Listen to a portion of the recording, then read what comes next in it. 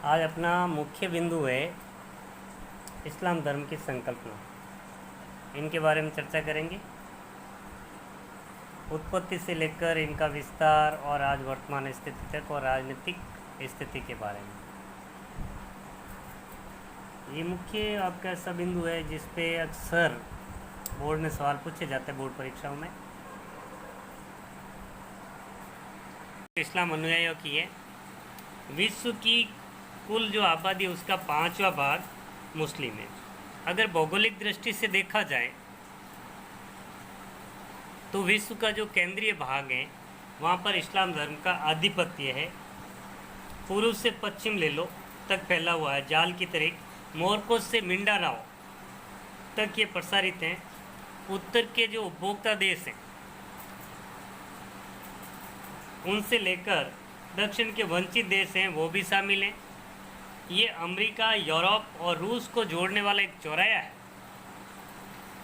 वहाँ पर स्थित है। अश्वेत अफ्रीका, भारत और चीन तक भी इस्लाम का बोलबाला है।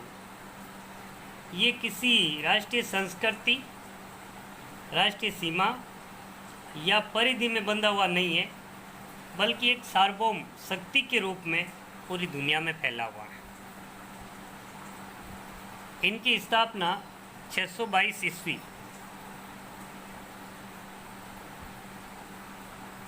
622 ईस्वी में मोहम्मद पैगंबर ने की थी। तब से लेकर अब तक लगातार इनके अनुयायियों में वृद्धि हो रही है। इस्लाम धर्म 7वीं शताब्दी में एक छोटे से समुदाय के रूप में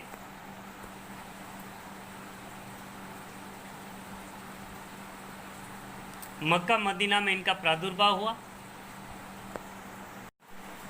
अपने 2 अनुयायियों के साथ मोहम्मद पैगंबर ने इस धर्म की नींव रखी और उद्भव के कुछ ही समय बाद वर्षों में इस्लाम अपने बैनर तले अरब जातियों को इन्होंने एकजुट कर लिया।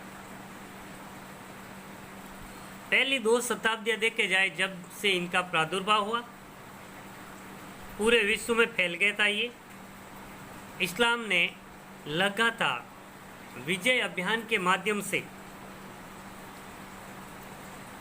उत्तरी अफ्रीका, मध्य पूर्वी अफ्रीका, अरेबियन प्रायद्वीप, ईरानी भूभाग, मध्य एशिया तथा सिंधु घाटी के क्षेत्र को अपने प्रभाव में लिया।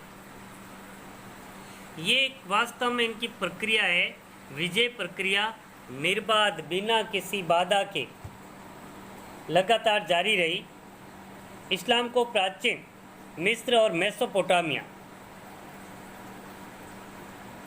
की सभ्यताएं जो विरासत में मिली, यूनान के दर्शन और विज्ञान को इन्होंने स्वीकार किया और अपनी आवश्यकता के अनुसार उसमें सुधार करते हुए उनका इस्लामीकरण कर लिया। फारस की शासन कला को इन्होंने बारीकियों से सीखा।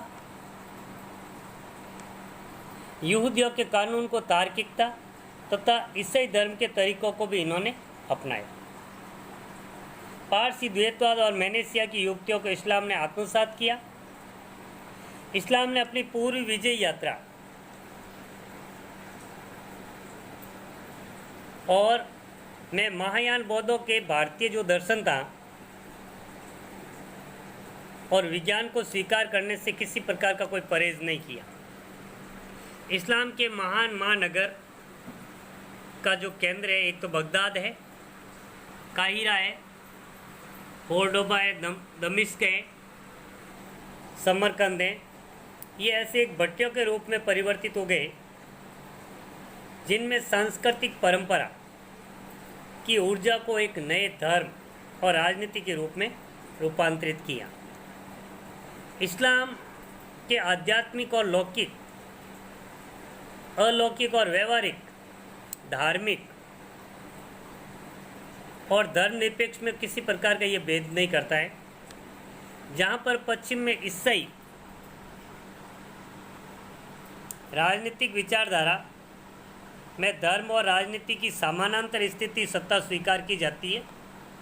इस्लाम में धर्म और राजनीति में कोई भेद नहीं है। दोनों एक दूसरे से ऐसे गुत्थे हुए हैं जिनको अलग नहीं किया जा सकता।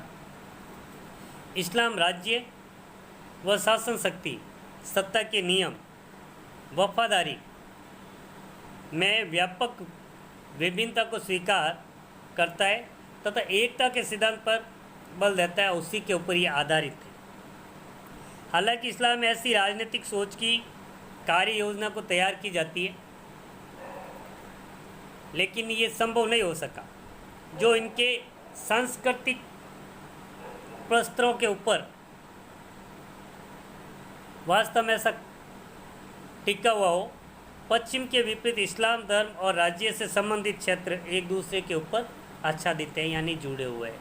इस प्रकार से धर्म इस्लाम धर्म में राजनीति से अलग नहीं है, ये दोनों एक दूसरे से गुत्थे हुए हैं। Thank you.